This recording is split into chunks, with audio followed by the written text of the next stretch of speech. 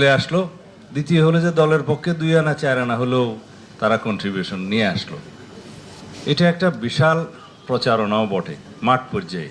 এই ঐক্য এবং এই মনোভাব এবং মানুষের এই আকাঙ্ক্ষা আমাদেরকে বুঝতে হবে।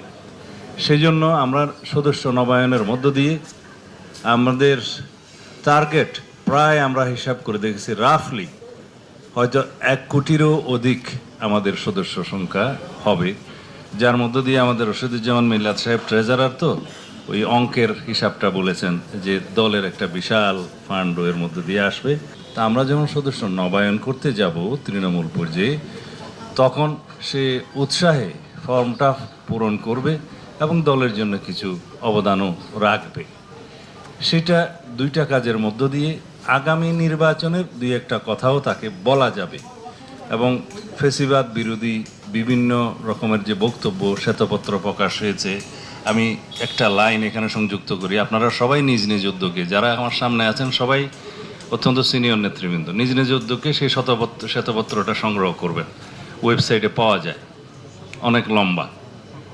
এই দেবপ্রিয় ভট্টাচার্য সাহেব যেটা দিয়েছেন কেয়ারটেকার সরকারের প্রধানকে, সেই শ্বেতপত্রটা আপনারা একটু মনোযোগ দিয়ে পড়বেন। আমরা এটার উপর কাজ করছি, আমাদের সামারি আকারে আপনাদেরকে দেওয়ার চেষ্টা করব।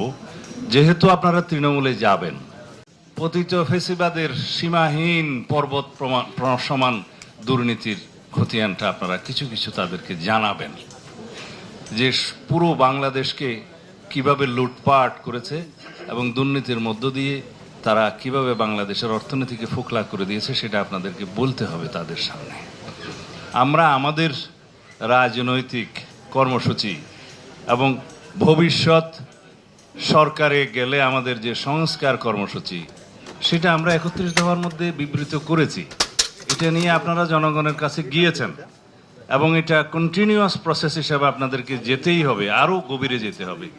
আপনারা কেন্দ্রে প্রশিক্ষণ নিয়েছেন, তারপরে বিভাগীয় পর্যায়ে গিয়েছেন, জেলা পর্যায়ে গিয়েছেন, বিভিন্ন প্রতিষ্ঠানে গিয়েছেন।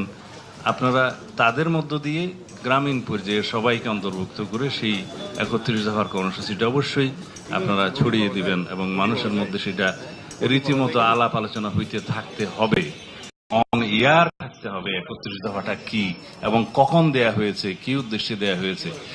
সেই হিসাবে আমরা আমাদের পজিটিভ রাজনীতিটা করলাম, কিন্তু আওয়ামী দুঃশাসনের শ্বেতপত্রের যে খতিয়ান, সেটাও আমরা পাশাপাশি তাদেরকে জানাতে দিতে হবে এই সদস্য নবায়ন প্রোগ্রামের মধ্যে।